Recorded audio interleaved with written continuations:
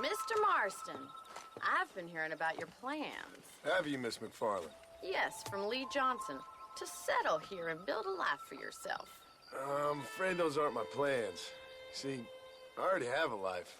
Well, I had one, and I'm trying to reclaim it. Or maybe what you could say is I had two, and I'm trying to end one of them so the other can survive. You do so love to talk in riddles, Mr. Marston. Do you do that, I wonder, as a substitute for having anything interesting to say? Probably, Miss McFarland. Oh, call me Bonnie, you fool. Call me Bonnie. Miss McFarland, I'm married. I have a son. I had a daughter, but she died. Years before that, I rode in a gang. We robbed banks, trains, held people ransom. We killed people we didn't like. Bill Williamson was in that gang. Now, if I don't capture my former brother-in-arms, great harm will befall my family. Now, I don't suppose any of this is very interesting to you, but I hope it explains why I wasn't so eager to talk about it. No, I do understand. I had no idea. You poor man. Even in this new country, memories don't really fade. My father was an illiterate Scot born on the boat into New York. He never saw his homeland, but to hear him talk about it, you'd imagine he only ever ate haggis and wore a kilt. And he hated the English for what they had done to his great-grandparents that he'd never met. People don't forget. Nothing gets forgiven. That's true, especially when it comes to money. And you know, even now, after all his labors, my father's debts are still terrible. I worry every day about us losing the ranch. It would kill him. My father died when I was 8 years old. His eyes were, well, let's just say he was blinded in a bar fight south of Chicago. My mother died during childbirth. She was a prostitute, and he was her, well, I don't know what he was. So I was sent off to an orphanage and ran away and fell in with a gang. My word. What a difficult life you've lived. The leader of the gang taught me how to read, taught me how to see all that was good in the world. He was a great man in a way. But you killed people. Sure. And I've suffered for it. And that's the life I left, or tried to leave. Said too much, Bonnie. I'm an uneducated killer, sent here to do all I can do well. Kill a man in cold blood so that another man may do his part to cut crime in an area, and a rich man can be elected governor on the back of these promises. Civilization is a truly beautiful thing, Mr. Marston. Listen, can you help me? Well, I can try. What do you need, money? No, nothing so complicated. I need an extra hand to take out the herd to pasture. Sure. Point me in the right direction.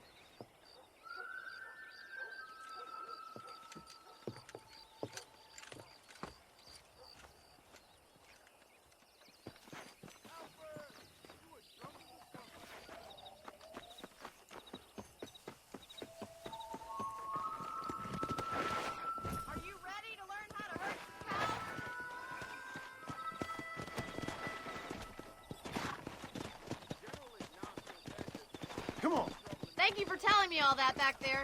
It must have been hard for you. Hope you understand now why I've been playing my cards somewhat close to my chest. I didn't know you had a wife and child. Then again, I don't think I ever asked. They're lucky to have a man like you. I ain't so sure about that, but thank you.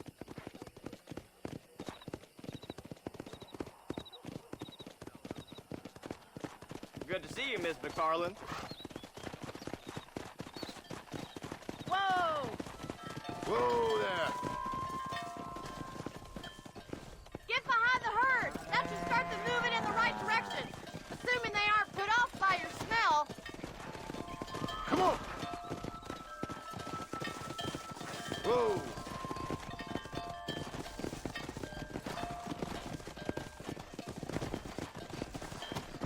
Come on.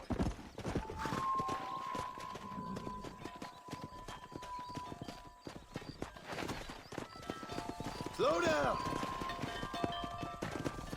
Start herding them out of the pen, city boys. We'll help you from there. Go.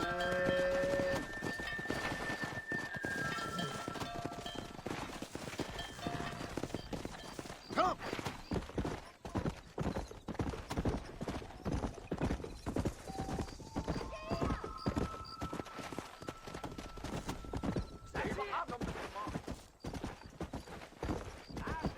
Good job.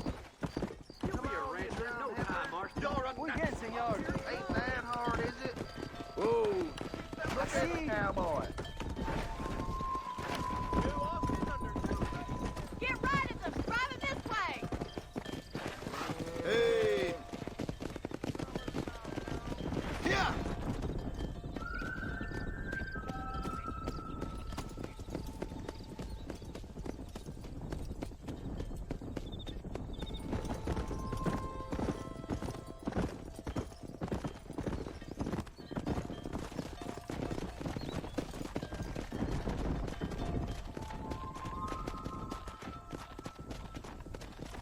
Come on.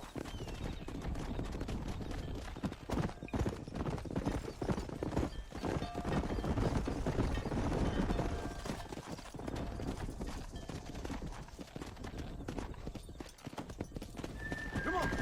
He's just showing off now. All right, let's move this large herd out to the far pasture.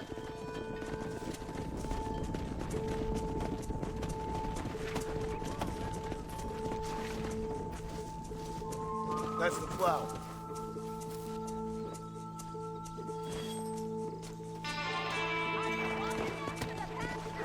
Let's go.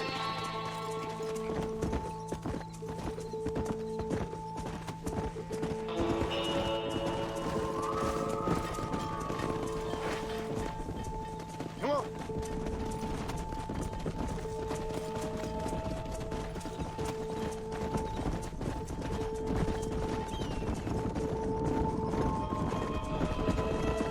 Doing great, Mr. Marston. Stay with him. Nail it down, Mr. Marston. Nail it down. Let's hit it. You're not bad with the herd. Ranching might be your true calling, Mr. Marston. Either that, or you were a cow in a past life. Thank you, Miss McFarland. I'll see you later. I have work to do back at the ranch. Come on, Annabelle.